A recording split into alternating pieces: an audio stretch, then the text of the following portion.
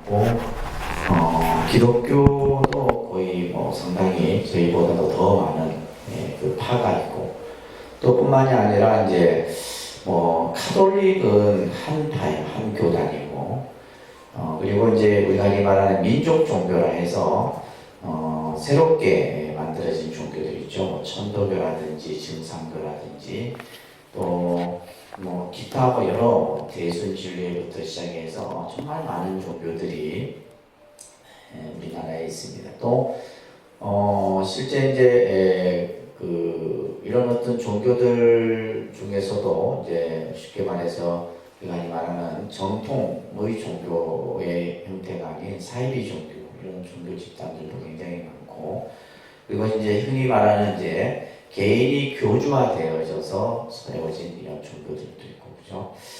아무튼 종교가 굉장히 다양하기 때문에 사실은 이 종교가 가지고 있는 어떻게 보면 순기능보다는 역기능적인 면이 많이 나타나는 것도 현실이에요.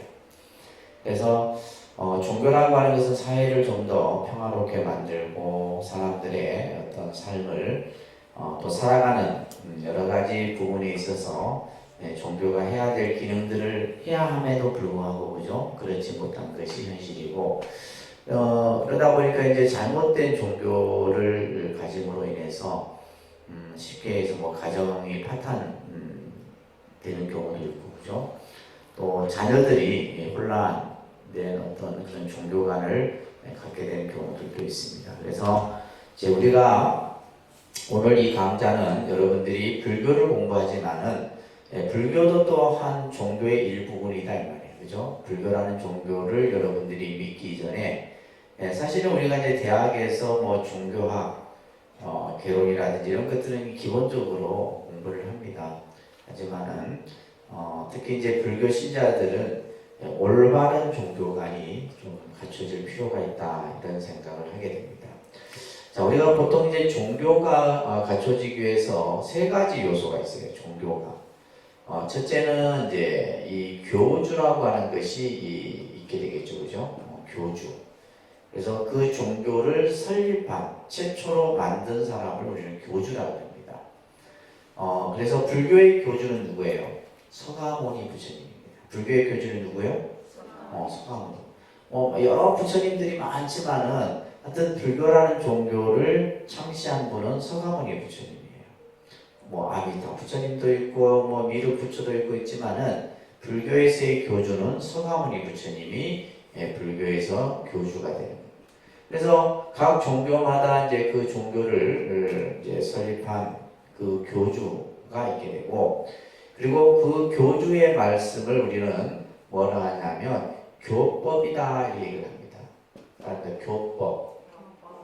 우리는 이제 이것을 다른 말로는 교리라고도 얘기하죠, 그죠? 교리. 그래서 여러분들이 교리 공부한다 얘기하시는데, 바로 이제 이 교리라고 하는 것은 불교의 창시자인 서가모니 부처님께서 설해하신 가르침. 그래서 이제 이 가르침을 우리는 이제 교법이라는데, 불교에서는 이제 우리가 이제 흔히 말하는 팔만대장경, 그죠? 팔만대장경의 그 모습이 부처님의 말씀을 전부 이렇게 담아놓은 거죠. 이것은 보통 우리가 이것을 우리가 경전이다라고 얘기를 합니다. 경전. 기독교에서는 이제 성경이라고 이렇게 표현하죠, 그죠? 그래서 모든 종교는 그 종교에 대한 교법, 교리 체계가 다 있는 거예요. 사이비 종교도 마찬가지입니다. 그 교리 체계가 사람들로 하여금 믿음을 가지고, 그죠? 그 종교를 이해하게끔 갖춰줘요. 그 다음에 이제 세 번째가 뭐냐면 교단이라고 하는 것이 갖춰져야 돼요. 다릅니다. 교단. 그래서 교단이라고 하는 것은 이 교주의 말씀을 따르는 집단된 무리들이 이제 갖춰지게 돼요. 그래서 이제 우리가 보면 뭐 불교에서는 이 교단을 구성하고 있는 것이 이제 보통 사부대중이라는 말로서 보통 일반적으로 하는데, 그래서 이 교단은 크게 이제 불교는 출가 교단이 있어요. 출가와 제가가 이렇게 나누어집니다. 출가와 제가로 구분된다. 그러니까 출가는 이제 저희처럼 이제 그죠? 세속의 인연을 끊고 출가 수행자로서의 길을 가는. 그래서 우리가 보통 이제 비구 비구니 이렇게 표현합니다. 그러니까 비구 비구니. 그래서 비구 비구니라고 하는 것은 이제 성별을 기준으로 해서 구분을 하는 거죠, 그죠? 그래서 비구 스님 하면 이제 우리가 출가한 남성 스님들을 비구 스님이라고 하고, 비구니 하면 이제 여성 출가자들을 비구니라고 해요. 그리고 이제 제가자는 뭐가 있어요? 우바세 우바이가 있습니다. 근데 우바세 우바이. 여러분들이 이런 용어들은 처음 접하기 때문에 따라서 하셔야 돼요. 그런데 우바세 우바이. 이것을 우리는 보통 이제 남자 신도, 여성 신도 이렇게 표현하는 거예요. 남자 신도. 근데 이제 우리 일반적으로 이제 불교에서 남자 신도 하면 거사, 그죠? 여성 신도들을 보살 이렇게 부르는데 이거는 이제 정확한 사실 표현은 아니에요. 정확한 표현은 아니고 보통 우리가 이제 부르면 우바세 우바이라고 하는 표현을 씁니다. 그래서 이것을 이제 사부대중이라고 하는 거예요. 그다음에 비구 비구니, 우바세 우바이. 이 이제 출가와 제가가 바로 뭐가 되는 거예요? 교단이 되게 되는 거예요. 그래서 모든 종교는 이러한 교주, 교리, 그 다음에 교단 세 가지 요소가 다 갖춰져요. 어떤 종교든지 그래요. 그래서 이제 이러한 세 가지 요소를 통해서 자 그러면 이제 우리가 종교라고 하는 것은 사실 인류의 어떤 시원부터 같이 한다라고 볼 수가 있어요. 왜 그러냐면 인간이라고 하는 것은 인간 스스로가 불완전한 존재라고 생각을 합니다. 왜냐하면 실제 우리가 그랬잖아요. 인간이 뭐 모든 것을 다 만들고 그죠? 과학과 의학 분야에서 한다지만은 결국은 뭐냐면 어떤 자연의 힘 앞에서 지금 우리가 코로나19 앞에서 그죠? 모든 것이 다 이렇게 중지되어 있듯이 인간 스스로가 불완전한 존재라고 생각을 하게 돼요. 그러니까 지금이야 이제 과학이 발달됐기 때문에 뭐 과학으로서 여러 가지 것을 이제 우리가 어떤 원리를 파악하고 하지만은 과학과 의학이 발달되지 않았을 때는 예를 들면 의학이 발달되지 않은 상태에서 지금 만약에 코로나가 생겼다. 그대로 다 죽는 거죠. 예전에 그죠 뭐 예를 들면 오래전에도 뭐 많은 세계 역사 속에 이런 병원균에 의해서 사람들이 그죠 많은 그 어떤 목숨을 잃었듯이 그래서 그러다 보니까 인간은 뭐요 자기보다 더 힘이 있는 절대자를 찾게 되고 그것을 의지하려고 하는 것이 이것이 종교의 시원이에요. 그래서 인간은 스스로 자기 마음속으로부터 절대자를 희구하는 이러한 마음을 갖춰질 때 이제 비로소 종교가 발생이 되게 된다. 그래서 이제 이 종교에 대한 연구들이 굉장히 많이 이루어집니다. 그래서 이제 보통 이제 종교를 우리가 이제 갖게 되는 두 가지 유형이 있는데 여러분들 교재에도 나와 있듯이 자연적으로 종교를 접하게 되는 경우 있죠. 예를 들면 우리 같은 경우 집안이 불교라서 내가 불교를 선택하게 그죠? 또 시댁을 따라다니기도 하고 그런 어떤 또 친구의 권유로서 이렇게 종교를 택하게 되는 건 일반적인 현상이에요. 일반적. 그리고 이제 우리가 또 하나는 뭐냐면 내가 세상을 살다가 어떤 큰 어려움에 직면했을 때 죽음에 대한 어떤 그런 모습을 봤다든가 또 여러 가지 어떤 삶의 어려움에 처했을 때 종교를 한번 내가 믿어봐야 되겠다라고 하는 이런 생각들을 하게 되죠. 그래서 대부분의 종교를 가진 분들이 다 이 두 가지 유형 중에 속한다고 보시면 돼요. 실제 이제 우리나라가 인구가 한 4,500만 정도 되잖아요. 그죠? 우리 지금 남한만. 그래 봤을 때 반 정도는 종교를 가지고 있고 반은 무종교라고 이렇게 보시면 돼요. 그러니까 결국 뭐냐면 두 명 가운데 한 사람은 어떤 종교든지 가지고 있다는 거예요. 무속신앙을 가지고 있든 불교를 믿든 그죠? 기독교를 믿든. 그래서 특히 여러분들이 이제 10년마다 인구조사를 우리가 합니다. 그죠? 국가에서 인구조사를 할 때 반드시 뭐냐면 종교 분포도 조사를 해요. 그래서 우리나라 국민이 종교를 이제 어느 정도 종교를 가지고 있느냐. 그러면 그 종교 중에서도 불교가 몇 프로, 기독교가 몇 프로 이렇게 해요. 이게 상당한 영향이 있습니다. 그래서 여러분들이 이제 인구조사할 때 종교란에 이제 다 이렇게 자기 종교를 정확하게 표현을 하셔야 돼요.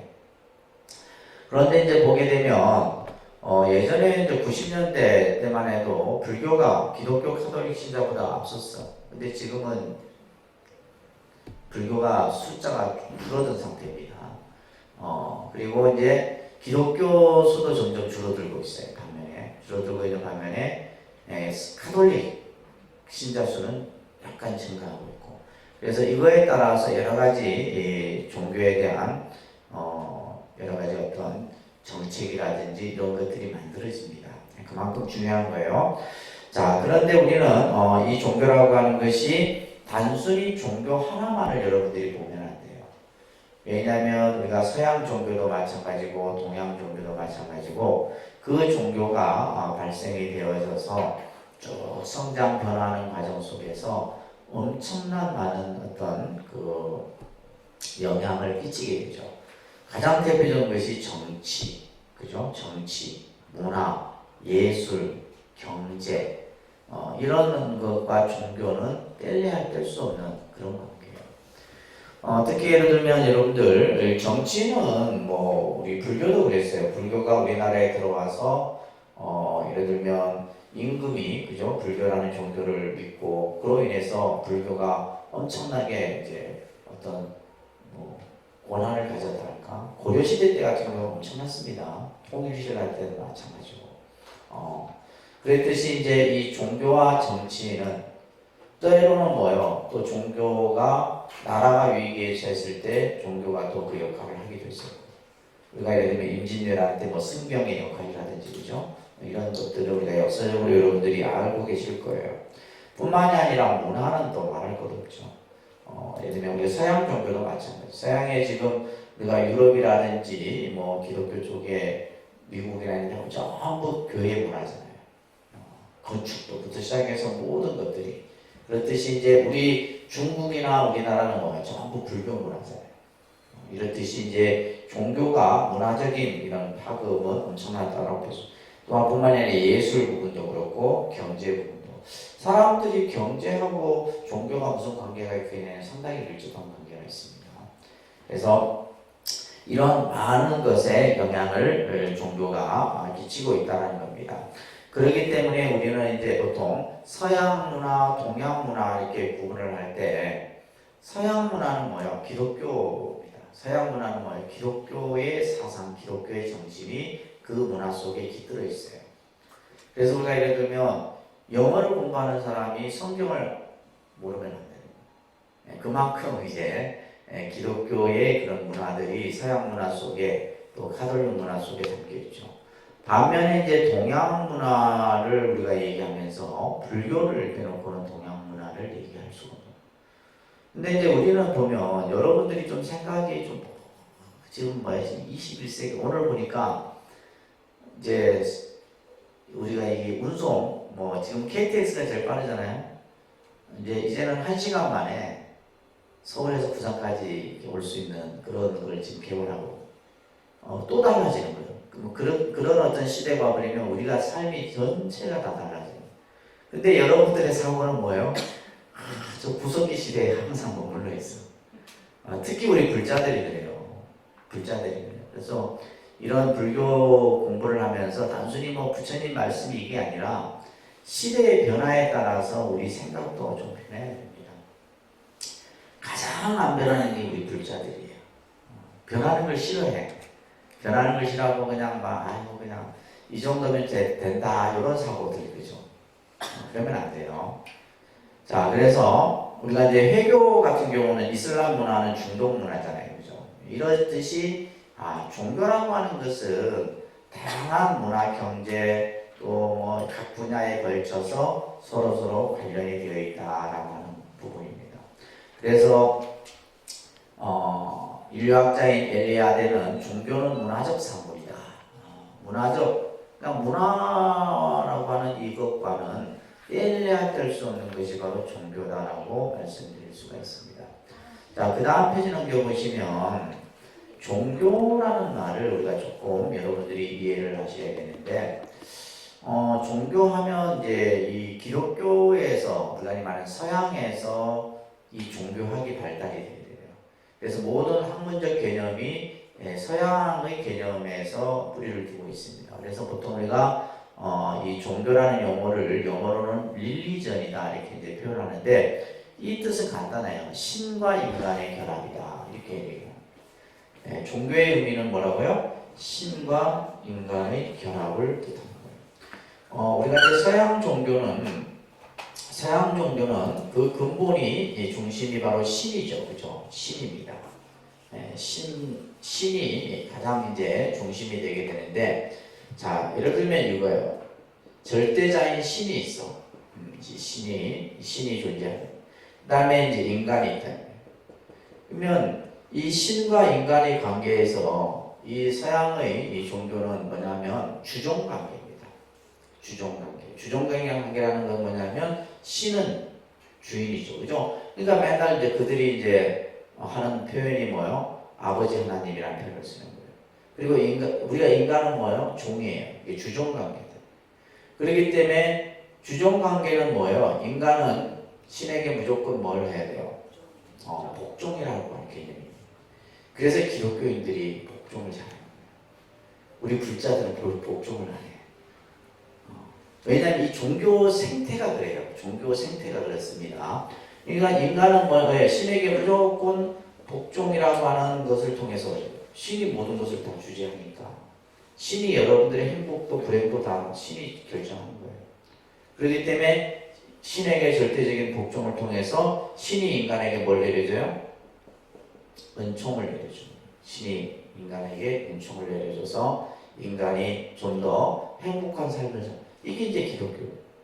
그렇기 때문에 이 복종과 은총이라고 하는 이 관계가 굉장히 중요한 관계, 기독교에 있습니다.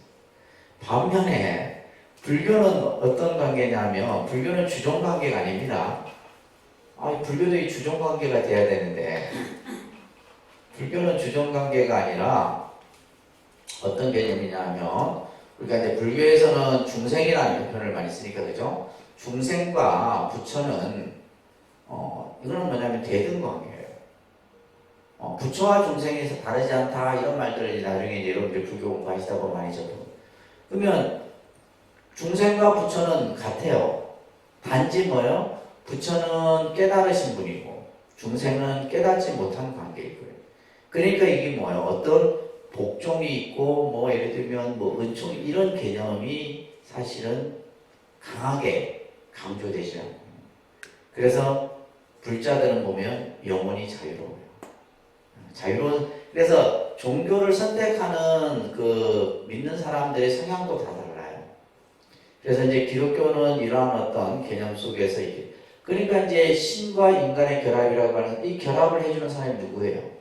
그죠? 성직자잖아요. 신부님이고 목사님이고 신과 인간을 결합해주는 이러한 개념이 이제 기독교에서 말하는 종교라는 용어 속에 담겨 있어요. 근데 이제 우리가 흔히 동양에서의 종교는 한자로 쓰면 이거예요. 이 종자는 뭐냐면 으뜸의 가르침이다 이 말이에요. 그러니까 다시 말해서 동양에서의 종교적 개념은 뭐냐면 어떤 복종과 은총의 이런 개념이 아니라 세상을 살아가는데 이 부처님의 가르침을 그죠? 가르침을 배우고 따르고 하는 이런 개념이 있는 거예요. 자, 그래서 이제 조금은 다르다고 보시면 되는데, 자, 그래서 여러분들 교재 맨 밑에 보시다 보면 현대 종교에 있어서 서양 종교에서 말하는 종교적 개념은 신과 인간의 결합을 의미한다. 이것이 이제 19세기 종교가 아니었어요. 19세기. 자, 그런데 이제 20세기. 이게 종교관도 바뀝니다. 종교관도 바뀌는데 20세기는 다릅니다. 종교는 거룩한 것이며 성스러움을 살아가는 삶의 현상이다. 자, 20세기 종교관은 이렇게 바뀌었어요.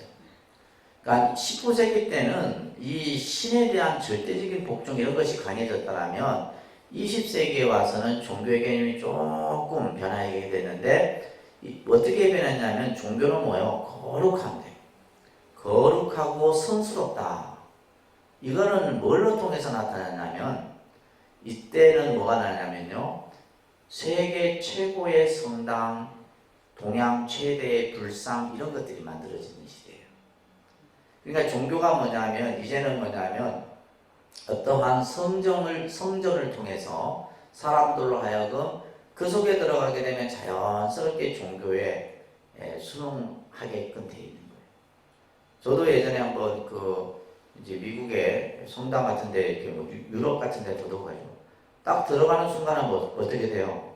인간 그게 압도됩니다. 압도돼요. 그래서 그 공간 자체에서 주는 그러다 보니까 이때는 뭐냐면 지금도 우리나라가 대형 세계 최대 교회가 7개인가 있어요. 세계 10대 교회 중에 7개 정도가 우리나라에 있다는 거예요. 교회 규모가 엄청납니다. 아마 김해도 큰 교회들이 많이 보고 있어요. 그러니까 예를 들면 또 무슨 얘기냐면 여러분들 매일 뭐 장유한 보다가 독립선언 보다가 여러분들 통도사는 어때요? 다르죠. 통도사 딱 들어가는 순간에 여러분들은 뭐예요? 그냥 작아지는 거예요. 예를 들면 어디에요? 법주사 청동 대불 같은 거 다 봐봐요. 그냥 그 보이는 모습의 인간은 그 자체에서 뭘 느껴요? 성스럽고 거룩한 그것들이 표현이 되는 거예요. 그래서 20세기 때는 막 절들도 크게 짓고 불상도 크게 만들고 교회도 막 세계 최대 교회를 짓고 막 그랬다는 거예요. 그런데 21세기에 와서는 또 달라져요. 지금 우리는 21세기를 살고 있죠. 앞으로 그러면 또 이제 22세기가 되고 또 시간이 변하면서 종교관도 달라질 거예요. 또 달라질 겁니다. 그러면 21세기는 어떠한 형태로 달라지냐면 이게 이제 오늘 중요한 공부의 내용 중에 하나입니다.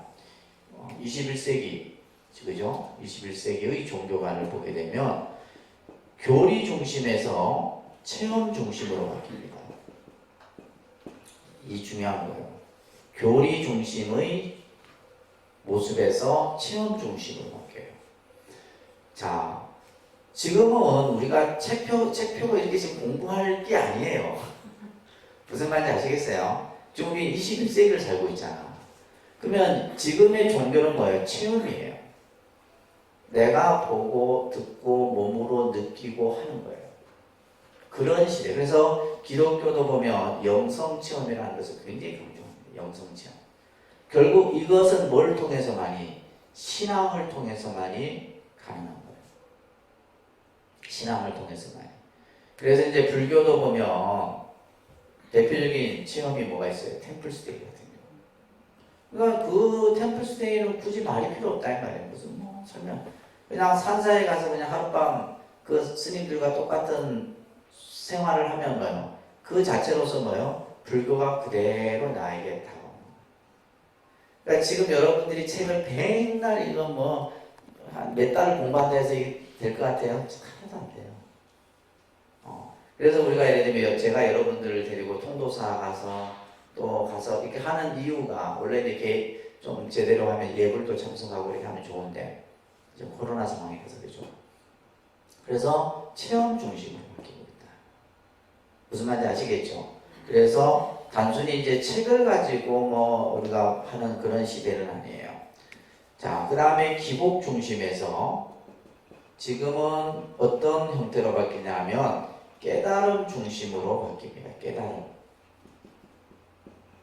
깨달음 자각이죠, 그죠? 자각이. 그러니까 예전에 이제 종교는 특히 불교는 기복불교란 말 많이 들으셨죠? 절에 가서 그냥 우리 아들 잘 되게 해달라고 하고 복 달라고 막 하고 기복의 형태에서 지금의 21세기의 종교가는 뭐냐면 내 스스로 깨닫는 거죠. 내가 수행을 통해서 스스로 뭔가 내가 내 삶을 하나하나 깨달아가는 이런 어떤 종교의 시대다. 이 시대는 아시겠죠? 알겠습니까? 그 다음에 사회 고립의 개념에서 지금은 사회 참여의 형태로 바뀝니다. 지금 우리는 이게 하나도 안 되고 있어요. 우리 불교는. 이게 안 되고 있다는 거예요. 우리 불자들이. 우리는 지금 어디에 머물러 있어요? 여기에 머물러 있어요. 지금 21세기는 이렇게 바뀌어가는데, 예를 들면 사회고립이라는 것은 뭐냐면, 종교는 예전에는 종교만의 영역을 딱 이렇게 가지고 있었어요. 그 종교의 영역을 어느 누구도 침범할 수 없도록 만들었다. 과학이 됐든 정치가 됐든 어떤 것도. 그런데 이제 21세기에 와서는 종교가 다양한 사회의 그런 어떤 영역, 예를 들면 환경, 인권, 노동, 뭐 이런 그죠? 예를 들면 각 어떤 의학이면 의학 이런 분야의 각각의 그 다음에 이제 대표적인 것이 뭐예요? 복지죠. 복지. 옛날에는 복지는 국가가 책임진다 생각. 국가가 모든 것을 책임. 그러나 지금은 뭐냐면 민간이 사실은 더 많은 영역을 복지가 책임지고 있죠. 그 민간 영역에서 더 큰 부분을 차지하고 있는 것이 종교예요. 예를 들면 이제 우리 대한불교 조계종 사회복지재단이 있는데 전국에 몇 개 시설을 가지고 있냐면 200개가 넘습니다. 그러니까 예를 들면 어린이, 청소년, 뭐 장애인, 노인 이런 통도사에도 이제 복지재단이 있는데 통도사에도 자비원이라고 하는 복지재단이 있는데 시설이 한 20몇 개 돼요. 그러니까 조계종만 해도 이제 200몇 개 중에 이제 뭐 통도사, 범어사는 범어사, 해인사 다 사찰마다 어디 영역에? 복지 영역에. 그래서 예전에는 복지하면 카톨릭이 1위였어요. 지금도 1위입니다. 카톨릭이 1위고 그 다음에 2위가 기독교였는데 지금은 불교가 기독교를 좀 더 앞서고 있어요. 이것은 결국 뭐냐면 사회 참여의 모습들 속에서 나타난 거다. 무슨 말인지 아시겠죠?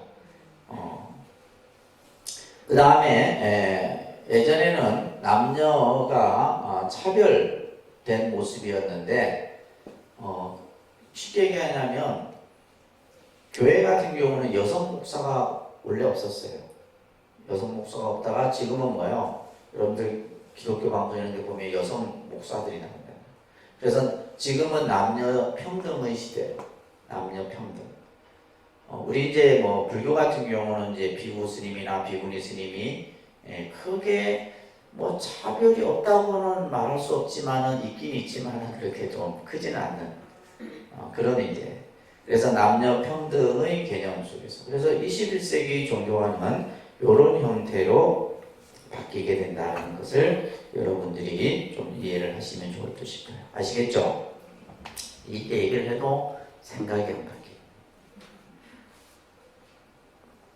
자, 그러면서 그 밑에 교재 보시면 인도와 중국에서의 어떤 종교적 개념은 말 그대로 뭐냐면 이것은 서양에서의 말하는 종교적 개념과는 좀 다르다라고 말씀드렸어요. 그죠? 그래서 불교적 의미의 종교적 개념은 최상의 가르침, 다시 말해서 부처님의 최고의 가르침을 믿고 따르는 그러한 그 집단을 우리는 이제 종교의 형태로서 얘기를 하는 겁니다. 또 이제 인도 문화권에서도 마찬가지로 최고의 가르침이라고 하는 개념으로서 설명을 하고 있죠. 자, 그 다음에 좀 넘기셔서 여러분들 종교란 무엇인가라고 하는 장을 한번 보도록 하겠어요. 여러 가지 뭐 종교적 정의는 여러분들이 한번 읽어보시면 되겠고요. 종교에 대한 여러 가지 설명들이 참 많습니다. 또 어떤 사회학적 관점에서 종교를 정의를 내리기도 하고 또 여러 뭐 인류학적인 측면에서도 종교를 보기도 합니다. 자, 종교란 따라합니다. 종교는 초자연적이며 초인간적인 절대자에 대한 인간의 신앙체계다. 종교라는 것이 뭐냐라고 했을 때 종교는 초자연적이에요. 자연 또 그러니까 쉽게 말해서 어떠한 영역도 다 넘어설 수 있는 영역이 바로 종교의 세계다라는 거예요. 과학, 뭐 예를 들면 의학, 모든 영역을 다 뛰어넘을 수 있는, 그러면서 절대자에 대한 인간의 신앙체계. 그렇기 때문에 인간은 누구나 행복한 삶을 원하죠. 우리가 살아가면서 불행을 멀리하고 싶어 한다 이 말이에요. 그렇지만 인간이 가지고 있는 유한성, 무능무지, 불안, 공포, 여러 가지 어려움 등에 우리가 부딪힐 때 사람들이 종교를 필요성을 느끼게 돼요. 자, 그래서 이제 이런 여러 가지 그 조사들이 있었어요. 종교가 과연 필요한가? 또 그 종교에 대해서 어느 정도 믿음을 가지고 있느냐라고 하는 이런 조사들이 있었는데, 자, 아주 여러분들에게 조금 관심을 끌만한 조사가 연구가 있었어요. 뭐냐면 미국인과 영국인을 대상으로 해서 천국이 있느냐라고 이렇게 물었어요. 천국이 있다고 생각하느냐라고 했을 때 미국인의 81%, 영국인의 51% 정도가 천국이 있다라고 생각을 하고 있는 거예요. 이게 중요한 개념이에요. 예를 들면 우리 불자들에게 극락이 있다고 생각하십니까? 라고 물으면 아무도 손 안 들어요. 그러니까 왜냐하면 그거는 뭐냐면 내 믿음에 대한 불확실성을 여러분들이 가지고 있는 거예요. 그러니까 믿음이라는 것은, 종교적 믿음은 절대적 믿음이에요. 종교의 믿음은 무슨 믿음? 절대적 믿음이에요. 그러니까 이 절대적 믿음이라는 것은 어떤 논리, 예를 들면 어떤 지식, 우리가 말하는 과학, 이런 모든 것을 초월한 거예요. 그냥 예를 들면 이런 거죠. 예를 들면 그들이 말하는 하나님이 이 세상을 창조했다. 창조주를 어떻게 해요? 믿으니까 기독교의 모든 교리가 만들어질 수 있는 거예요. 만약에 창조주를 믿지 않으면 기독교 신앙을 믿는다고 할 수 없는 거죠. 근데 아까 주위에 물어보세요. 창조주를 믿느냐? 그들은 다 믿는다 생각. 예를 들면 부활에 대한 개념도 마찬가지죠. 예수님이 부활을 믿느냐? 부활을 믿어요. 예를 들면 왜 어떻게 그것을 증명할 수 있는지 따지면 돼요, 안 돼요? 안 되는 거예요, 종교는. 종교의 영역은 그게 안 되는 겁니다. 무슨 말인지 아시겠어요? 그래서 종교에서의 믿음은 무슨 믿음? 절대적 믿음이에요. 근데 우리 불자들은 절대적 믿음이 없어요. 믿음이 없다는 거예요. 그러니까 여러분들이 사실 그렇잖아요. 내가 부처님을 믿어서 절에 간다 하지만은 그 믿음이 없는 거예요. 믿음이 확실하지가 못해. 믿음을 다 뿌리를 내려야 되는데, 그래서 예를 들면 실제로 극락이 있다고 믿느냐 하면 아무도 손 안 들어요. 지금까지 내가 이 강의를 하면서 10여 년 강의를 하면서 손든 사람을 거의 못 봤어요. 근데 우리가 예를 들면 불교에서 그들이 말하는 천당을 믿느냐 했을 때 천당을 믿는다. 일단 과반수, 미국인들 같은 경우는 거의 80% 이상이죠. 그러면 천당에 대한 믿음으로 이 사람들의 모든 교리는 또 만들어집니다. 대표적인 것이 뭐예요? 11조예요. 그러니까 11조라는 것이 뭐냐면 내가 나중에 천국에 갔을 때 내가 쓸 수 있는 것을 미리 지금 해놓는 거예요. 11조 개념이. 그러니까 천당에 대한 믿음이 있어야지만 11조를 할 수가 있는 거예요. 무슨 말인지 이해되세요? 여러분들한테는 감이 안 오는 소리지만. 그리고 천국에 실제한다라고 믿는 게 71%. 이거는 예를 들면 그들은 천국이 실제 있는 곳이라고 생각합니다. 예를 들면 우리가 극락세계가 실제 있는 곳이다 생각하는 사람이 몇이나 되겠어요? 그만큼 우리가 이 종교에 있어서의 중요한 것이 바로 믿음입니다. 자, 그래서 종교신앙에 있어서 가장 중요한 것은 뭐다? 믿음이에요. 뭐라고요? 믿음입니다. 믿음. 이 믿음인데 어떤 믿음이다? 절대적 믿음. 경상도 말로 토를 달면 안 돼. 토를 달면. 왜 그럴까요? 이렇게 물으면 안 돼. 만약 왜 그럴까요? 물으면 그 사람은 이제 교회 같은 데 가면 사탄이라는 거예요. 믿음이 약해. 믿음이 약해. 그래서 절대적 믿음이에요. 따라합니다. 믿음은 사람의 말과 언어를 통해 나타내는 표시로서 마음의 거짓 없는 성실을 의미한다. 자, 여러분들이 절에 와서 부처님께 절을 하는 행위가 뭐예요? 내 믿음을 표현하는 거예요.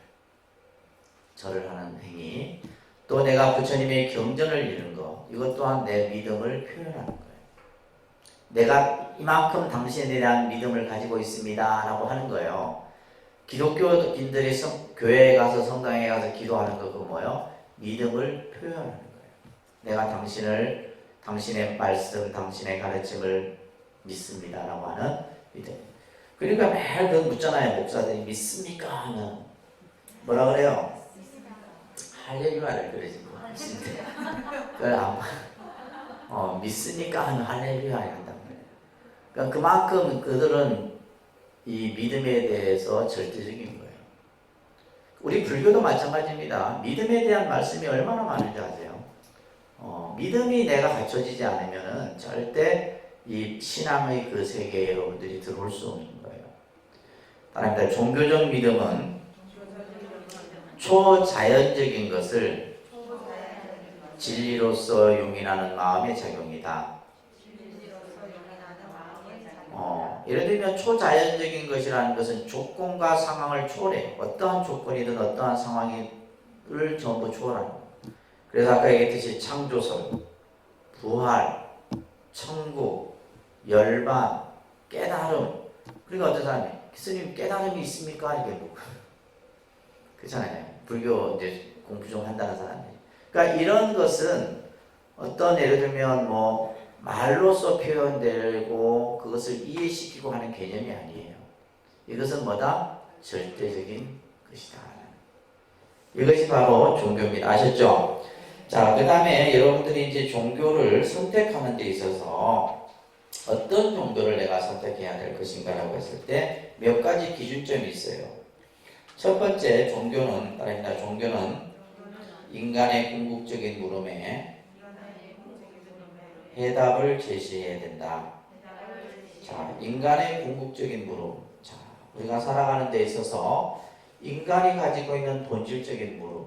이것이 바로 뭐냐면 사실은 모든 종교가 이 문제를 얘기를 합니다. 뭐에 대해서?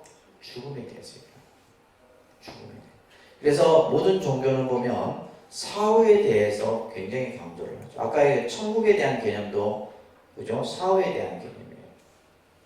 그러니까 우리가 예를 들면 불교의 극락설이라든지 이런 것들은 사실 사후적 개념은 아니에요. 사후적 개념도 있지만은 현실적 개념이 더 강합니다. 불교는. 그래서 이런 어떤 죽음에 대한 문제, 또 내 어떤 삶에 대한, 그죠? 삶의 가치에 대한 문제, 이런 것에 대해서 답을 줄 수 있는 종교가 된다. 그래야지만 여기서 이제 우리 교재 나와 있듯이 인간이 해결할 수 없는 문제, 자, 이 문제에 대해서 바로 종교는 답을 줄 수 있어야 됩니다. 그래서 어떤 종교든지 바로 이 죽음이나 삶의 가치에 대해서 그 종교 나름대로 답을 제시하고 있습니다.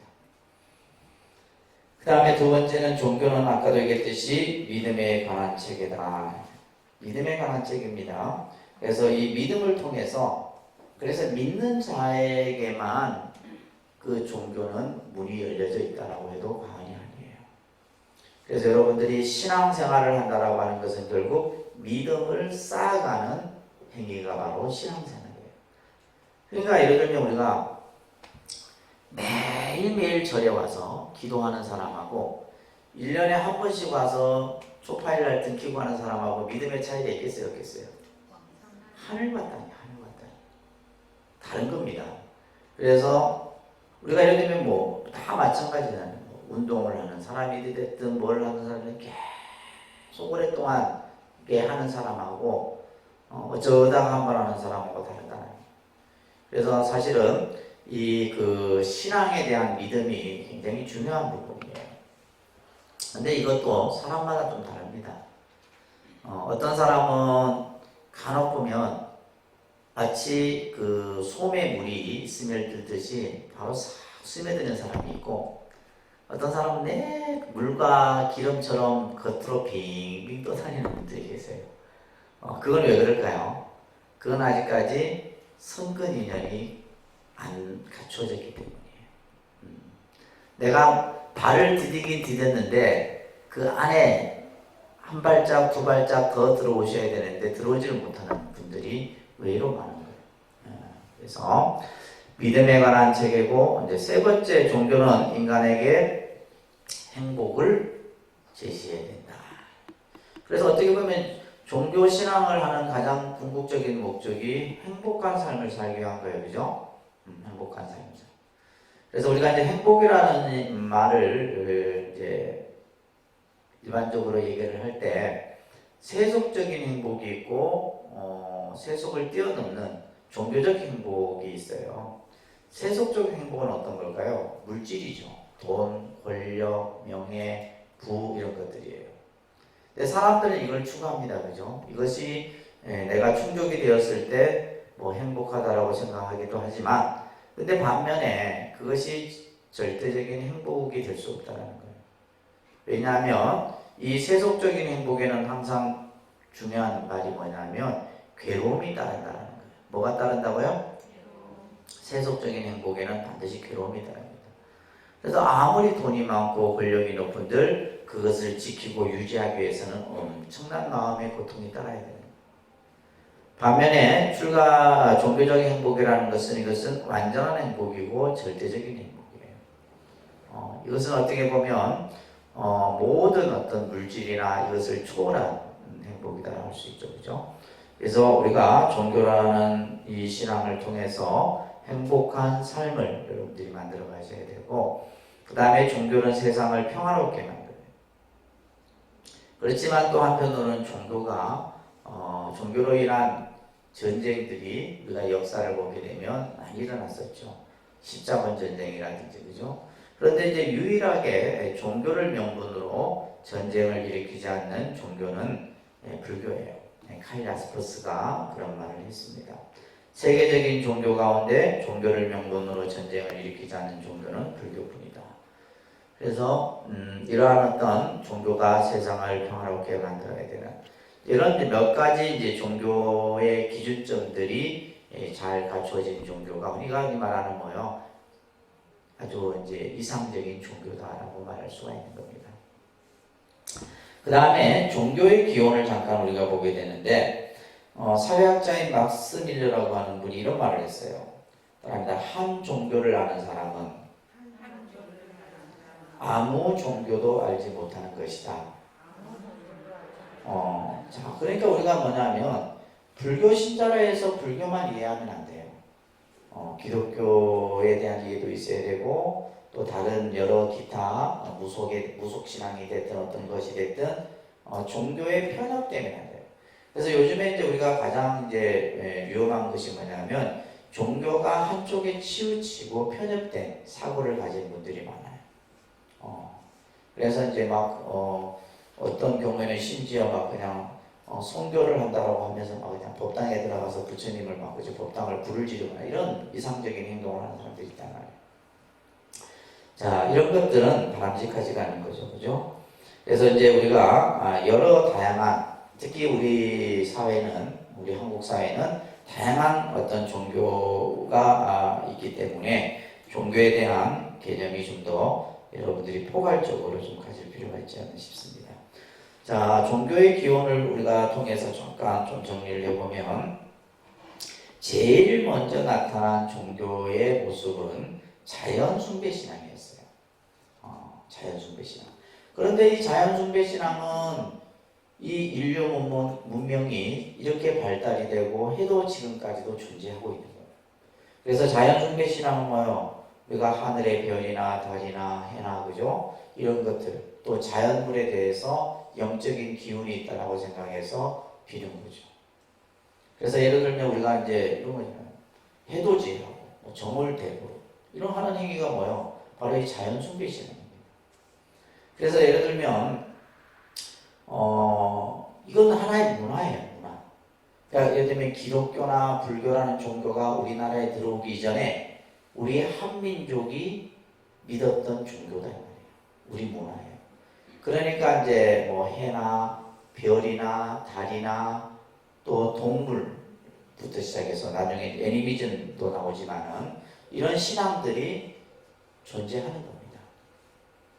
그 다음에 샤머니즘 신앙도 마찬가지예요, 그죠? 샤머는 무속 신앙을 샤머니라 하는데 이제 보통 우리가 이제 뭐 무당 뭐 이렇게 표현하는데 이제 주로 보면 이제 우리가 이제 신이 내려서 신내림을 받아서 이제 어떤 병을 치료한다거나 혹은 또 뭐요 미래에 대한 것을 예언하기도 하는 이런 것들을 보통 우리가 샤머니즘 신앙이라고 그래요.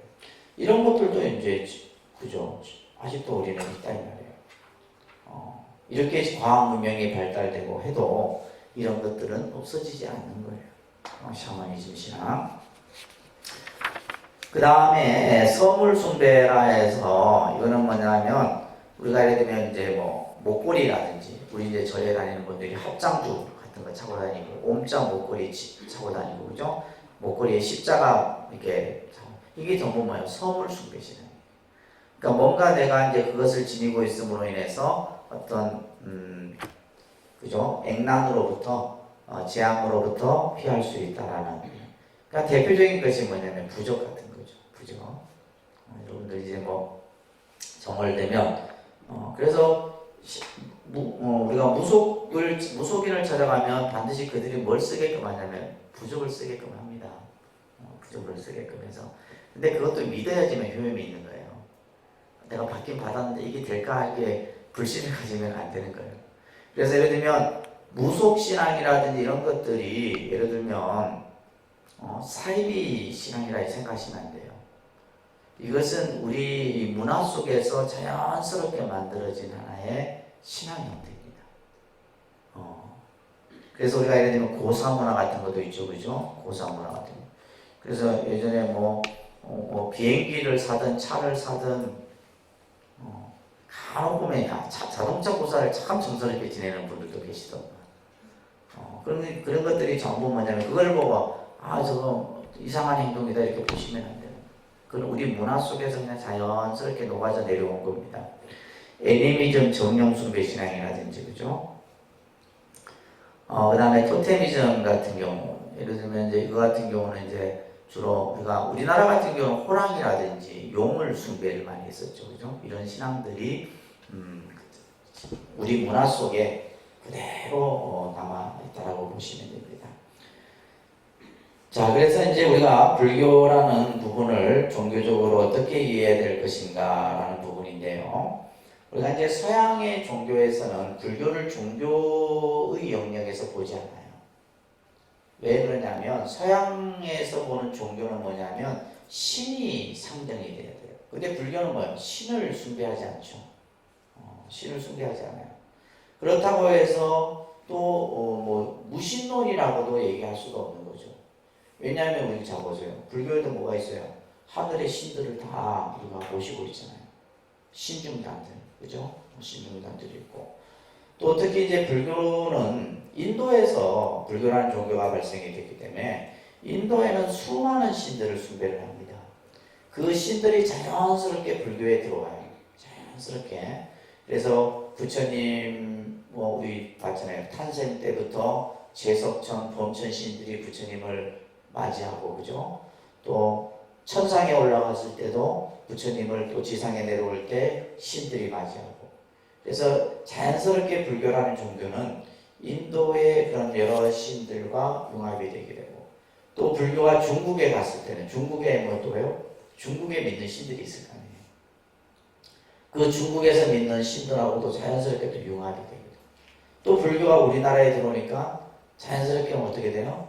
우리나라에서 숭상했던 그런 신들과 그래서 뭐 옥황상제라든지 또 대표적인 아까 얘기했던 산신, 용화, 칠성 그죠? 그래서 이제 우리가 보면 우리 민족은 모든 것에 다 뭔가 신이 있다라고 생각했던 거예요. 그래서 땅에는 뭐가 있고 지신이 있고 물에는 용왕신이 있고 다 신이 있다라고 생각합니다. 그러다 보니까 이제 통도사 같은데 우리 아까 그때 갔을 때 가람신이 있다고 그죠? 가람각이라는 정각도 있고 그랬잖아요. 자, 그래서 서양의 입장에서 보면 불교는 부처님을 어떤 하나의 신으로 상정하지 않기 때문에 불교는 종교가 아니라 철학이다. 철학적 관점으로 보는데 또 그렇지만은 않다라는 거예요. 자, 그 밑에 보시면 아닙니다. 불교는 신의 존재를 상정하거나 신의 존재를 논증하는 것을 철학적 목표로 삼지 않는다. 그렇기 때문에 불교는 무신론이면서도 유신론이기도 하다. 이렇게 얘기를 하는 거예요. 무신론이면서도 유신론. 그래서 그러니까 우리의 모든 것을 어떤 신에게 맡기고 하진 않는 거죠. 불교는. 그렇지만 또 그 신들을 부정하지도 않는다라는 거예요. 무슨 말인지 이해되세요? 그렇기 때문에 우리가 이제 불교에는 저 호법 선신들을 모셔서 이렇게 하기도 하는 겁니다. 자, 그래서 불교는 기독교와 같이 신앙을 중시합니다. 부처님의 교법, 승가에 귀하는 것을 기본적 신앙의 형태로 삼는다. 자, 그러면서 밑에 쭉 그 부처님 경고 하나 하고 잠깐 쉴게요. 자, 따라합니다. 사람이 어떻게 거센 흐름을 건넙니까? 어떻게 해서 바다를 건넙니까? 어떻게 해서 고통을 초월합니까?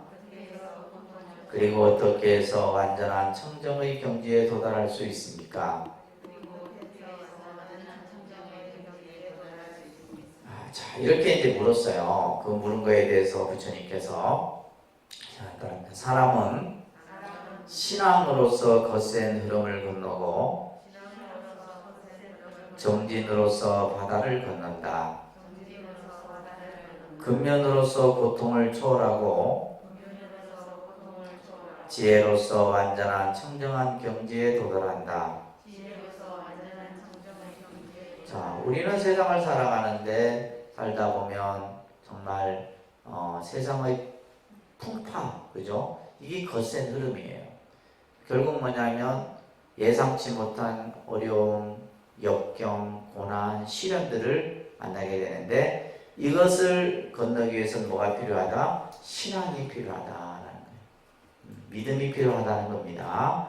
그리고 바다라고 하는 것은 정말 우리가 어떻게 보면 인생의 어떤 우리가 100세 시대라 하지만은 그 긴 아주 장구한 시간 속에 결국 끊임없는 정진, 노력으로만이 우리가 내 인생의 참다운 삶을 살 수 있고 또한 고통을 초월하기 위해서는 근면을 통해서 또 우리가 완전한 깨달음의 경지에 도달하기 위해서는 지혜로서 그래서 신앙과 정진과 근면과 지혜로서만이 우리가 세상을 좀 더 행복하고 또 종교라는 것을 통해서 이런 것들을 다 이겨낼 수 있다는 말씀을 하고 계시는 구절이라고 말씀드릴 수가 있습니다.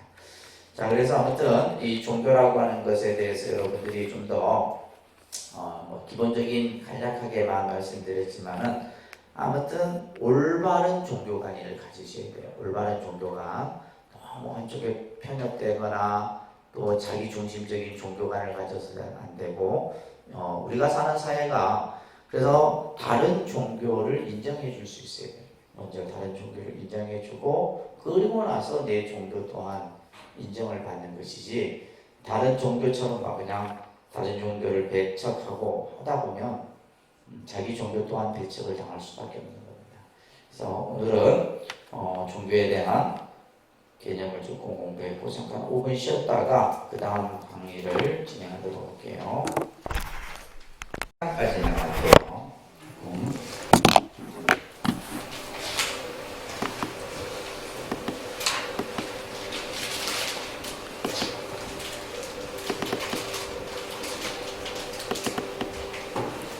자, 오늘 그 4강은 불교의 특징이라고 하는 주제를 가지고 앞 시간에 이제 종교에 대한 이해를 통해서 여러분들이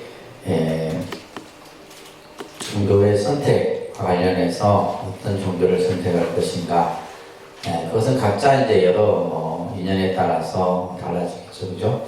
자, 이제 여러분들이 불교를 믿게 되는데, 불교라는 종교가, 이제 우리는 막연히 불교를 그냥 알고 있죠. 그냥 불교하면 그냥 사찰, 법당의 부처님, 스님, 그죠?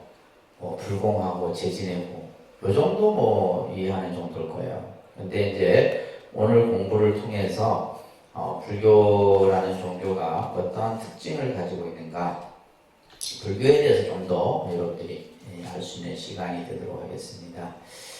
자, 우리가 불교라는 종교를 얘기할 때, 이제 기독교는 사랑의 종교, 예를 들면 영성, 이런 여러 가지 그들이 쓰는 표현들이 있어요.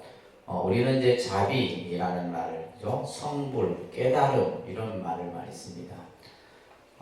이런데 그 개념들을 바탕으로 해서 그 종교가 가지고 있는 색깔을 나타내는데요. 자, 우리가 이제 불교하면 말 그대로 뭐요? 부처님의 가르침의 종교를 불교라고 해요. 부처님의 가르침의 종교. 그래서 우리가 불이라고 했을 때는 이 부처불자, 한자 부처불이라는 것은 깨달음을 얘기해요. 그죠? 깨달음이에요, 깨달음. 그러니까 우리가 예를 들면 불교하면 깨달음의 가르침, 이런 뜻이겠죠. 그죠? 한자 그대로 한다면. 깨달음의 가르침에, 이제 종교를 얘기했을 때는 이제 깨달음의 가르침의 종교, 이렇게 표현을 하는 겁니다.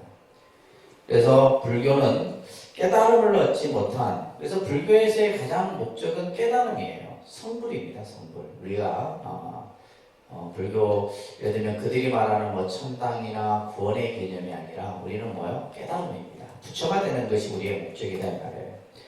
그렇게 가르치도록 하는 것이 불교다.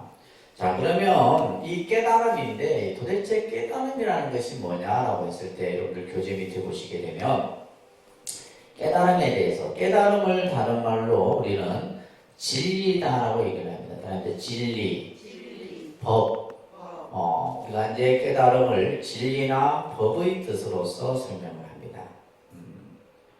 그래서 부처님의 깨달음을 우리는 가장 위대한 깨달음, 가장 높은 깨달음을 우리는 부처님의 깨달음이라는데, 여러분들이 혹시 이제 금강경 같은 경전을 보신 분들은 그게 보면 안욕따라 삼맥삼보리 이런 말이 있었죠, 그죠? 안욕따라 삼맥삼보리.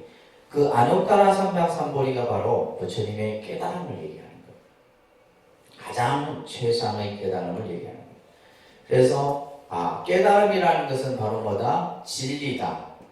혹은 법, 그죠? 법이다라는 개념으로 사용하는데, 그러면 그 깨달음의 구체적인 내용이 뭐냐라고 했을 때 그것을 우리는 뭐라 하냐면 연기법이다라고 얘기합니다. 무슨 법? 연기법. 그래서 불교에 있어서 가장 중요한 개념이 바로 연기에 대한 개념이에요. 그래서 부처님이 깨달음을 얻으셨는데 그 깨달음의 내용이 뭐냐? 연기법이다라는 것이에요. 그래서 이제 불교라는 종교를 이렇게 이제 정리를 하는 겁니다. 그러니까 불교는 부처님의 깨달으신 진리를 가르쳐 보이는 교법을 받들어 그것을 통한 올바른 인생관, 세계관, 생활가를 가지는 불타주의를 말한다. 그래서 우리가 영어로 이제 불교를 부디즘 이렇게 하죠. 그다음에 불교 신자를 부디스트 이렇게 해요. 우리가 기독교인들 크리스찬 이렇게 하듯이, 그죠? 부디스트 이렇게 얘기를 하는 거예요. 그래서 우리가 불교라는 것은 부처님의 가르침을 통해서 내가, 그죠? 세상을 살아가는 참된 진리, 이치를 깨닫는 그러한 종교가 바로 불교다. 그러니까 우리가 예를 들면 이제 아까도 얘기했듯이 우리가 불교하면 절에 가서 불공하고 제지내고 이런 개념은 전혀 없는 거예요. 여러분들이 이제 불교라는 개념을 그렇기 위해서 이제 우리가 보면 부처님이 말씀하신 진리가 뭐냐라고 하는 이 출발점에서 여러분들이 교리 공부를 하셔야 돼요. 자, 첫 번째 불교는 인간을 중심으로 한 종교다. 옆에다가 생명 중심의 종교다 이렇게 써놓으세요. 불교는 무슨 종교? 생명 중심의 종교다. 다시 말해서 우리가 앞에서도 이제 봤듯이 다른 어떤 종교들은 모든 종교가 절대자 신을 내세웁니다. 중심으로 하는 데 반해서 불교는 창조주나 주제신을 인정하지 않아요. 창조주나 주제신. 주제신이라는 것은 뭐냐면 인간을 마음대로 그죠? 좌지우지하는 그러한 신을 주제신이라는데 창조주나 주제신을 부정한다. 이제 왜 그러냐면 모든 것의 중심은 생명을 그 중심으로 하고 있기 때문이에요. 그래서 우리가 이제 부처님 탄생 개송에서도 우리가 공부했었죠, 그죠? 천상천하유아독존이라는 말은 인간의 존엄 생명의 평등성을 강조하는 외침이었죠, 그죠? 그래서 모든 생명의 존엄과 평등을 합니다. 그렇기 때문에 이제 불교의 가르침 속에서 차별이 있을 수가 없어요. 차별이 있을 수가 없습니다. 모든 생명은 다 동등하다. 모든 생명은 다 동등하고 그 나름대로의 불성을 가지고 있다라고 얘기를 하는 겁니다. 그리고 인간은 누구나 자기의 노력에 의해서 그죠? 모든 것을 만들어갈 수 있다. 신이 만들어주는 게 아니라 우리 스스로가 만들어간다. 그게 이제 유명한 이제 일체유심조라는 말이에요. 그러니까 일체유심조. 모든 게 내 마음이 만드는 것이지 누가 만들어주는 게 아니에요. 그죠? 행복도 불행도 내 마음이 만드는 것이지 무슨 신이 만들어주고 무슨 부처님이 만들어주고 이런 개념이 없습니다. 내가 만들어가는 거예요. 그렇기 때문에 부처님께서는 우리들은 우리 자신들의 의지처이다. 다른 누가 의지처가 될 수 있느냐. 세상을 살아가는데 가장 진정한 의지처는 나 자신이다. 나 자신이에요. 그래서 부처님께서는 이렇게 또 말씀하셨어요. 따릅니다. 법을 보는 자 나를 보고 나를 보는 자 법을 보아라. 자, 이 말이 중요한 말이에요. 자, 여러분들은 법당에 오셔서 법당에 들어오시면 부처님을 다 바라보죠, 그죠? 근데 그 부처님을 바라볼 때 상으로 보면 안 돼요. 그냥 불상으로 보면 그건 뭐가 되는 거예요? 우상인 거예요. 그냥 우상에 절을 하는 겁니다. 그냥 상을 보고 절을 하는 것은 우상인 거지. 근데 우리가 법당에 모셔놓은 부처님은 뭐예요? 그 부처님의 모습을 통해서 우리는 뭘 볼 수 있어야 된다? 법을 볼 수 있어야 된다. 뭘 봐야 된다고요? 법을 봐야 된다. 우리가 보통 이제 기독교 교회 같은 데도 성당도 그렇고 그 성당 중앙에 뭐가 있어요? 십자가가 있습니다. 그죠? 십자가가 있어요. 십자가에 못 박혀 있는 예수 그리스도 산이 있다는 거예요. 이 사람들은 이걸 보고 뭘 느끼겠어요? 그냥 뭐 장식으로 해놓은 게 아니죠. 뭐냐면 예수의 사랑을 느끼는 거예요. 예수의 사랑, 예수에 대한 인간의 구원을 느끼는 거예요. 인간의 원죄를 짊어진 거잖아요. 예수 그리스도가.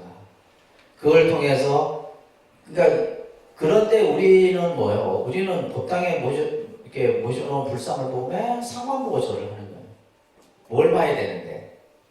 법을 볼 줄 알아야 되는데. 그러니까 법을 볼 줄 모르니까 여러분들이 그냥 기독교인들한테 맨날 우상 숭배하는 소리를 듣는 거예요. 들을 수밖에 없어 또. 무슨 말인지 아시겠어요? 근데 그들은 이미 벌써 똑같아요. 예를 들면 교회 예배당 안에 십자가를 걸어놓는 거나 법당에 부처님을 모셔놓는 거나 똑같은데 그것을 어떻게 받아들이고 어떻게 바라보느냐에 따라서 다른 거예요. 그래서 여러분들은 법당에 와서 부처님을 바라보면서 어떻게 해야 된다? 부처님의 법을 볼 수 있어야 된다. 그래서 부처님께서 법을 보는 자 나를 보고 나를 보는 자 법을 본다. 부처님 당시 때 이제 병들어 죽어가는 노비구가 있었어요. 스님이 한 분 계셨는데 이 비구 스님은 평생을 출가를 했지만 부처님을 한 번도 뵌 적이 없었어. 부처님을 뭐 그냥 쉽게 볼 수 있는 것도 아니잖아요. 사실 어떻게 보면 한 번도 뵀잖아요. 그래서 이제 마지막 병들어서 죽어가기 전에 이제 혼잣말로 내가 죽기 전에 부처님을 한 번 뵀으면 이렇게 혼잣말로. 그래서 옆에 있던 누가 다른 스님이 그 얘기를 듣고 부처님이 계신 정사에 가서 어느 수행처에 한 병들어 누워있는 노비구가 있는데 늘 마지막 부처님을 뵙고자 합니다. 이래 얘기해요. 그래서 부처님이 이제 병문안 겸 친히 이제 그 처소를 가게 돼요. 처소를 가서 이제 문을 열고 이제 들어서자 누가 온 거예요? 부처님이 오시잖아요. 그러니까 이제 이 비구가 몸을 추스려서 일어나려고 예를 갖추려고 부처님께서 그대로 누워 있거라 그러면서 부처님이 하셨던 말이 뭐냐? 이 썩어 없어질 몸뚱아리를 보고 예배한들 뭐 하겠느냐? 이 구절이 먼저 나와요. 이 육체, 이 썩어 없어질 몸뚱아리를 보고 예배한들 무엇 하겠느냐? 그러면서 법을 보는 자 나를 보고, 이게 바깥이라고 하는 비구예요. 법을 보는 자 나를 보고 나를 보는 자 법을 볼 것이다. 그래서 우리 여러분들은 항상 법을 볼 수 있는 불자가 돼요. 부처님의 법. 그래서 그 법을 알기 위해서 여러분들이 교리를 공부하는 겁니다. 아시겠죠? 그래서 불교는 생명, 모든 생명의 가치를 최우선으로 하는 종교다. 그 다음에 두 번째 깨달음의 종교입니다. 깨달음의 종교. 그래서 기독교는 구원의 종교라고 하죠. 그죠? 불교는 성불의 종교, 깨달음의 종교. 그래서 이 깨달음이 우리의 목적입니다. 불교의 궁극적인 목적은 뭐라고요? 깨달음이에요. 그 다음에 여러분들 넘겨보시면 불교는 현실주의 종교예요. 불교는 무슨 주의? 현실주의예요. 제가 앞전에도 한번 말씀드렸죠. 모든 종교는 그 종교가 가지고 있는 기준점이 각기 달라요. 기준점이 다릅니다.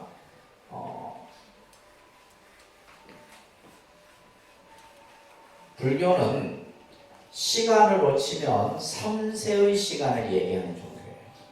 3세라고 하는 것은 과거, 그죠? 현재, 미래라고 하는 시간을 얘기합니다. 그러니까 여러분들이 지금 현재라고 하는 시간을 살고 있지만은 이 현재의 시간은 뭐예요? 갑자기 만들어진 것이 아니라 어때요? 과거의 시간으로부터 연결되어 있는 거고 또 미래의 시간도 마찬가지예요. 그런데 이제 우리가 종교는 보면 이 이제 미래 우리가 죽고 나서 아까는 이제 사후에 대한 얘기를 종교는 한다 했잖아요, 그죠? 죽고 나서의 얘기를 해요.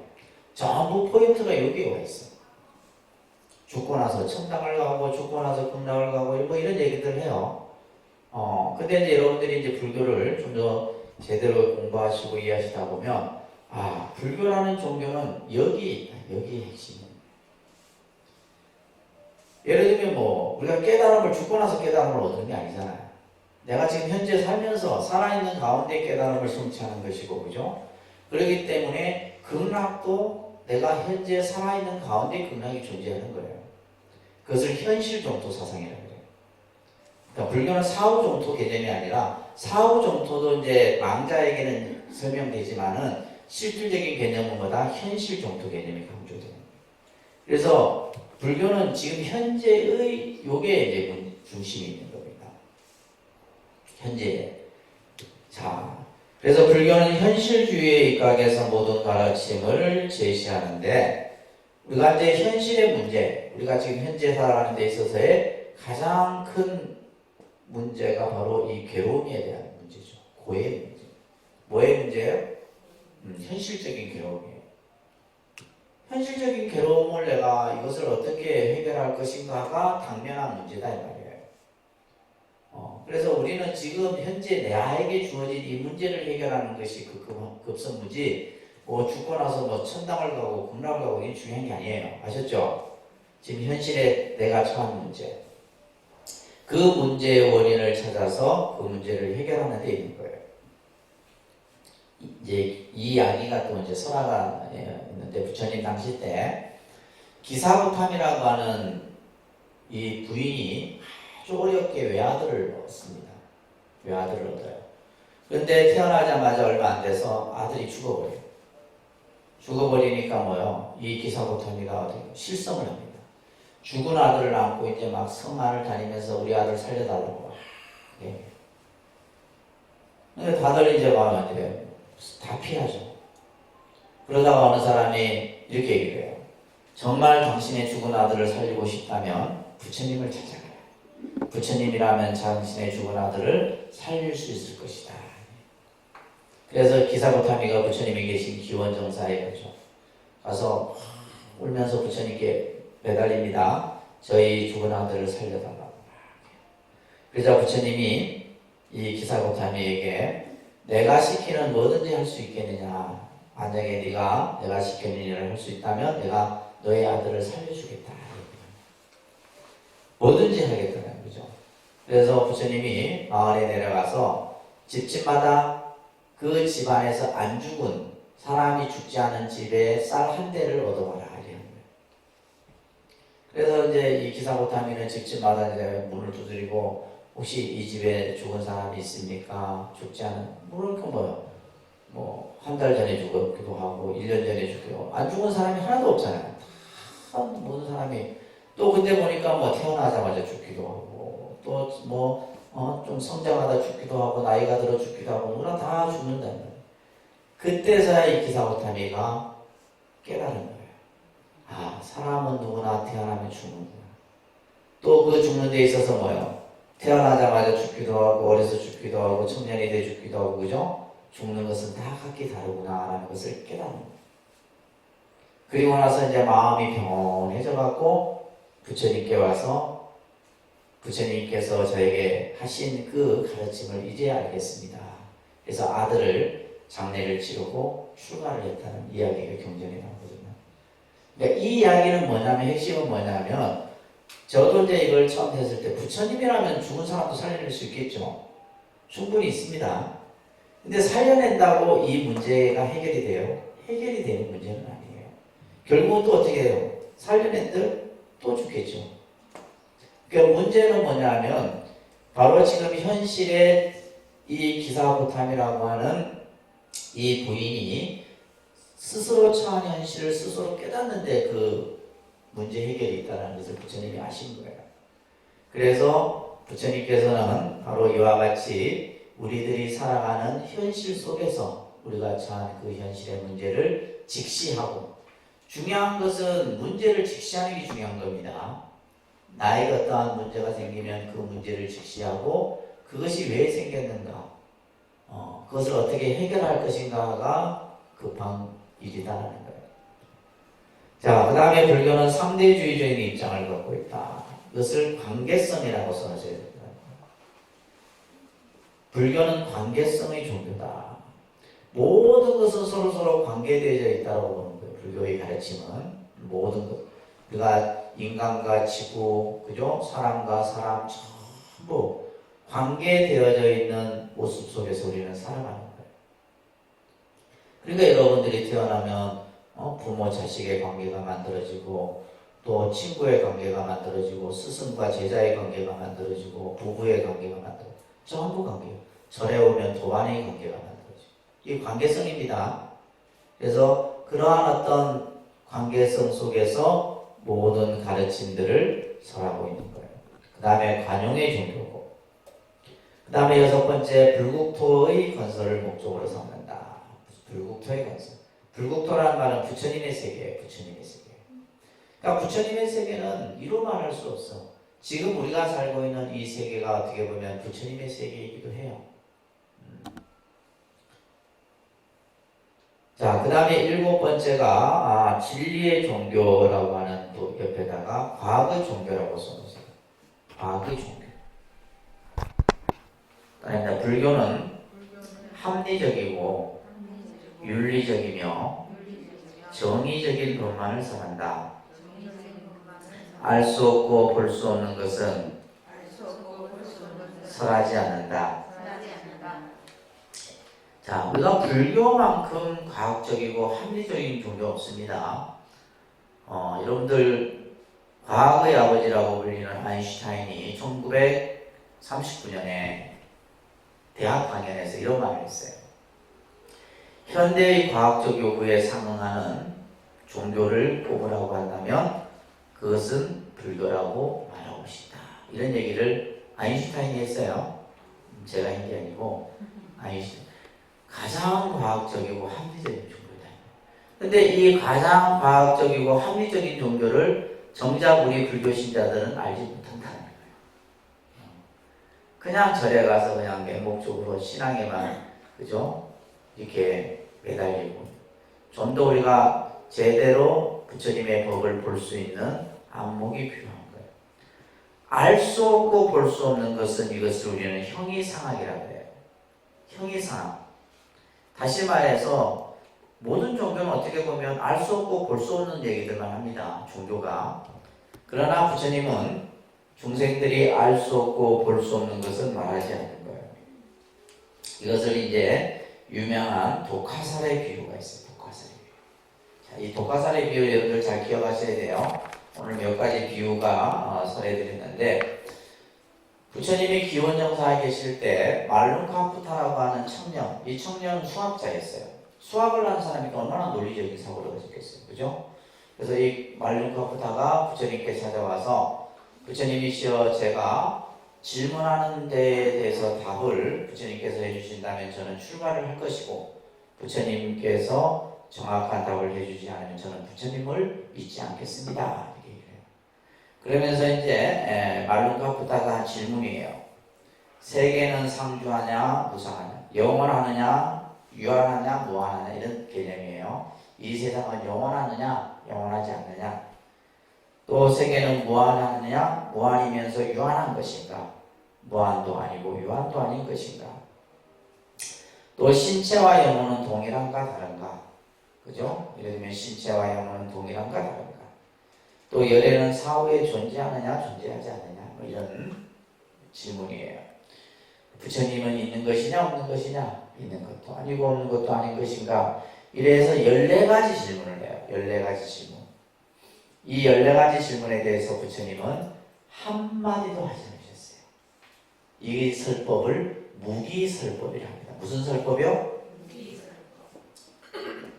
예스다 노다라고 답하는 것만이 답이 아니라 아무 답을 하지 않는 것도 답이에요. 우리가 그러잖아요. 질문이 가차리면 뭐 이러면 이러쿵저러쿵 얘기할 맛이 안 나는 거죠.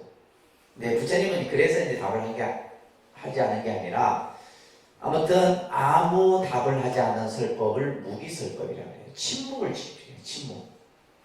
그래서 이 청년은 화가 나서 또 돌아가 버립니다.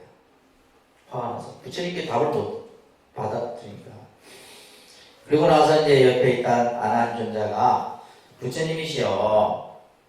부처님이시라면 충분히 그 청년의 질문에 답을 해 주실 수 있을 텐데 왜 답을 해 주지 않으셨습니까? 라고 물어요.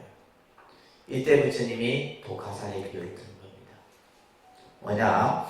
어떤 사람이 길을 가다가 누군가가 쏜 화살을 맞는데 이 화살이 독화살이었던 거예요. 독화살을 맞고 쓰러집니다.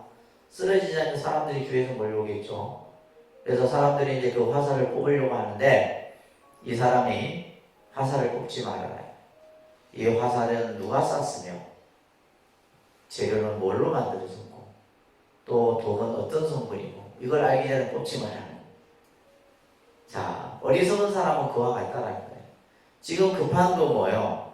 빨리 화살을 뽑아내서 독을 그죠? 더 이상 퍼지지 않도록 하는 것이 급선무지 뭐 화살을 누가 쏘고 말고 이게 중요한 게 아니다 이 말이에요. 다시 말해서 세상이 유한하든 무한하든 열애가 사후에 존재하든 존재하지 않든 이게 중요한 게 아니고 뭐가 중요하다는 거예요.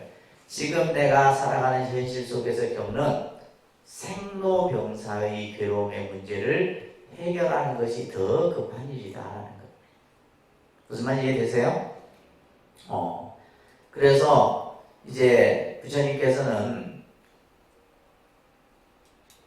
교재에 보시게 되면 우리들에게 가장 중요한 문제는 뭐예요? 인생의 괴로움의 근본 문제를 해결하는 것이다. 지금 내가 처한 문제를 해결하는 것이지, 예를 들면 세상이 유한한들, 영원한들, 영원하지 않은들, 뭐 부처님이 사후에 존재하나 존재하나 이게 중요한 게 아닙니다. 이런 이제 개념들 형이상학이라는 거예요. 형이 알 수 없고 볼 수 없는 것들이에요. 그러니까 이런 것에 대해서 부처님은 아무런 답을 하시죠. 그러면서 윤회에서 벗어나는 그죠? 해탈을 증득하는 것이 더 급한 일이다라는 거예요.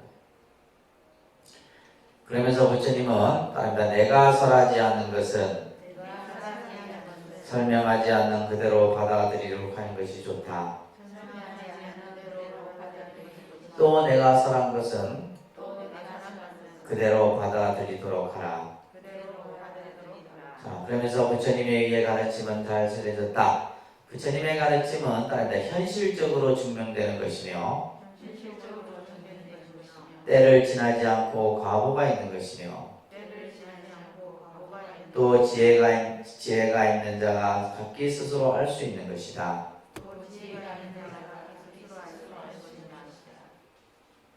그래서 부처님의 가르침은 현실 속에서 그러니까 비현실적인 이야기는 불교는 하지 않습니다. 예를 들면 현실의 문제를 해결하는데 불교의 가르침은 근본 목적이 있다는 거예요. 무슨 말인지 아시겠어요? 여러분들이 살아가는 내가 살면서 겪는 지금의 내가 당면한 문제에 초점이 있는 것이지 예를 들면 뭐 죽고 나서 내가 천당을 간들 극락을 간들 아는 사람 누가 있어요? 아무도 없습니다. 내가 현실에서 알 수 있는 건 아무것도 없다 이 말이에요. 그러니까 그런 얘기는 하지 않아. 지금 당장 뭐요? 내가 현실 속에 내가 처한 문제를 극복하는 것이 그 문제를 해결하는 것이 중요하다 이 말이에요. 또한 때를 지나지 않고 과거가 있다는 말은 반드시 현실 속에서 그대로 나타난다는 거예요. 또 지혜 있는 자가 알 수 있는. 그렇기 때문에 부처님은 삼종 외도의 가르침은 진리가 아니다라고 얘기합니다. 그래서 불교에서 불교의 가르침이 아닌 것들을 외도라 얘기합니다. 외도. 외도의 가르침이다. 우리가 있는 말 사인이다, 사탄이다 이런 말은 불교는 안 쓰고 외도, 부처님의 가르침이 아닌 다른 길이다. 다른 길을 외도로 하는데 첫째, 신의 창조론입니다. 그러니까 신의 창조론. 불교는 신의 창조론을 배척하죠. 그죠? 신이 무슨 세상을 창조했느냐? 신이 창조한 것이 아니라 그럼 뭐에 의해서 이 세상이 만들어졌느냐? 연기에 의해서 만들어졌다. 이렇게 얘기합니다. 그 다음에 운명론, 숙명론. 그러니까 운명론, 숙명론. 운명론이나 숙명론은 이거는 결정되어졌다라는 의미에서 결정론적 운명론이라고 해요. 쉽게 얘기해서 여러분들이 살아가는데 여러분들의 운명이 딱 결정되어졌다고 그러는 거예요. 근데 불교는 이것을 배척합니다. 결정되어진 게 아니에요. 결정되어진 게 아니에요. 그러니까 예를 들면 우리가 명리학에서는 사람이 태어날 때 그 사람의 명운을 70% 가지고 태어난다. 그 70%를 가지고 풀어가는 거예요. 풀어가는데 내가 어떻게 하느냐에 따라서 달라질 수 있다는 얘기예요. 명이 짧아. 태어날 때 명을 짧게 가지고 태어났어. 근데 명을 길게도 할 수 있다는 거예요. 무슨 말인지 아셨어요? 그런 이야기들이 많이 나옵니다. 예를 들면 박복해. 복이 하나도 없어. 태어날 때 복을 하나도 갖고 못 태어났어. 그러면 근데 이 사람이 현실에서 내가 복을 그죠? 살아가면서 복을 지어서 그 복을 가지고 내가 쓸 수 있는 거예요. 또 아니면 이제 부모는 복이 하나도 없는데 자식이 복덩어리가 불어 들어와서 잘 되는 경우도 있다는 거예요. 무슨 말인지 아시겠죠? 그래서 운명이나 숙명은 결정되어졌다라고 예를 들면 여러분들은 그러면 실제 이제 어떤 경우이냐면 예를 들면 결혼을 할 때 이제 그걸 봤는데 양가에서 남자 쪽에 명이 짧대. 그래갖고 결혼이 파토 나는 경우가 있어요. 근데 명이 짧은 것은 또 그 명이 짧은 이유가 있어요. 다 원인이 있습니다. 원인이 있어요. 그래서 이러한 어떤 운명론이나 숙명론, 또 우리가 하지만 우연론, 우연 없습니다. 우연히 만나는 게 아니에요. 다 뭐가 돼서 때가 되고 인연이 되어 있기 때문에 만나는 거예요. 아시겠죠? 그래서 여러분들은 생각을 하셔야 돼요. 우리가 부처님 법을 믿는 사람은 그렇다면 우연이 정말 우연이 아니에요. 다 그 때가 되고 인연이 됐기 때문에 모든 것들이 만들어져요. 자, 그 밑에 이제 부처님께서 유명한 말씀을 하고 계시죠. 그러니까 만일 모든 것이 신의 뜻에 따라서 일어난다고 하면 우리들이 나쁜 악행을 하는 것도 신의 뜻이라 해야 할 것이다. 그리고 이것은 해야 한다, 이것은 해서는 안 된다는 의욕도 일어나지 않을 것이며 또 노력이라는 것도 있을 수가 없을 것이다. 이 말에 운명론이든 숙명론이든 우연론이든 다 해당되는 얘기예요. 그래서 우리가 예를 들면 모든 것이 신의 뜻에서 의해서 모든 것이 만들어진다면 우리 인간이 할 게 과연 뭐가 있냐? 신이 불행해지면 불행해져야 되고 신이 행복해지면 행복해져야 되냐? 그게 아니다라는 거예요. 불교는 아시겠죠? 여러분들이 태어날 때 운명대로 살아라. 아니에요. 그 운명도 바꿀 수가 있는 거예요. 모든 것은 전부 내가 만들어간다 했잖아요. 우리 앞에서 그죠? 모든 것은 내가 만들어가는 것이지 누가 만들어주는 것도 아니에요. 이게 부처님의 가르침입니다. 그래서 이 경전구절이 저는 이 경전구절을 봤을 때 진짜 내가 가지고 있던 의문이 싹 풀리는 것 같았어요. 정말 좋은 말씀이에요. 자, 그 다음에 불교는 체계적인 수행의 종교다라고 해서 여러분들이 이제 불교를 대부분 사람들이 어렵다라고 얘기를 합니다. 어렵다라고 얘기를 하는데 사실은 어려운 것이 아니라 좀 체계적인 공부를 해야 돼요. 그래서 이제 저희 그 독립불교대학도 사실은 여러분들이 뭐 기본 과정에서 한 학기 해봤자 16주 강의, 16주 강의를 하고 불교를 얼만큼 이해를 하겠어요? 그렇잖아요, 그죠? 엄청난 방대한 양인데. 그리고 실제 또 전문방 가서 1년 과정 해봤자 16주 해갖고 한 40주 정도 되는데 그거 가지고 불교를 이해할 수가 없죠. 예를 들면 저는 30년을 했는데 30년 불교 공부를 했는데도 아직도 안 본 경전이 더 많고 해야 될 공부가 더 많은데 그래서 불교 공부는 다양한 것들을 여러분들이 함께 해가면서 하셔야 돼요. 자, 우리가 예를 들면 불교에는 영불이라고 하는 공부가 있고, 그죠? 참선이라고 하는 공부가 있고, 그 다음에 또 부처님의 경을 보는 감경이 있고, 주력이 있고, 절이 있고, 이런 수행법들이 있어요, 그죠? 이런 수행법들도 또 뭐 사경도 있고, 이런 다양한 수행법들이 있어요. 근데 여러분들 이걸 다 해보셔야 돼요. 다 맛을 봐야 된다는 거예요. 맛을 보다 보면 이것이 나에게 맞는 게 있어요. 이걸 다 할 수는 없어.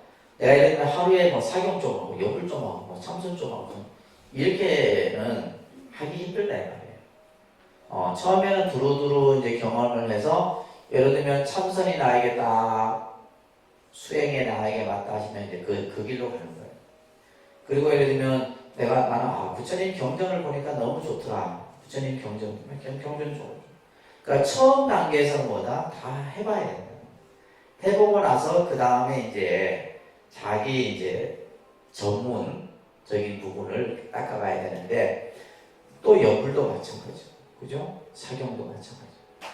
근데 이제 이것을 제대로 하려고 하면 최소한 10년은 하셔야 돼요. 10년. 뭐든지.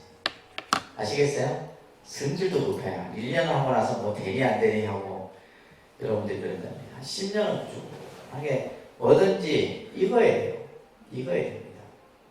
그래서 우리 이제 스님들도 보면 뭐 10년 된 스님들 보면 아직 덜 익어지는 것 같아요.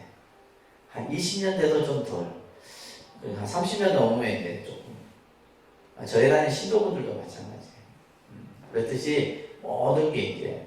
그런데 이제 우리가 이 수행을 해 나가는 데 있어서 첫째는 뭐냐면 첫 번째 단계는 뭐예요? 믿음이에요. 아까도 우리가 이제 종교 공부하면서도 가장 중요한 것이 믿음이랬어요. 그죠? 믿음. 종교의 믿음은 어떤 믿음? 절대적 믿음이에요. 자, 그러니까 신. 이 믿음이 먼저 갖춰져야 돼요. 그 다음에 두 번째가 해입니다. 다음에 해. 이거는 이해죠. 이해. 올바른 이해. 그러니까 믿음이 먼저 바탕이 되고 그 위에다가 해가. 그래서 이 신해는 같이 가는 겁니다. 신과 해는 같이 가는 거예요. 그러니까 여러분들의 지금 이제 공부 단계는 뭐냐면 신과 해를 같이 하고 있는 단계라고 보시죠. 올바른 이해. 그리고 뭐 불교에 대해서 제대로 알아야 되고, 그죠? 부처님 법에 대해서도 알아야 되고, 뭐 배워야 될 게 많아요. 믿음과 이해를 같이 갖추고 나서 그 다음에 단계가 해야 되는 게 뭐냐면 행이에요. 행은 뭐예요? 실천이에요. 실천.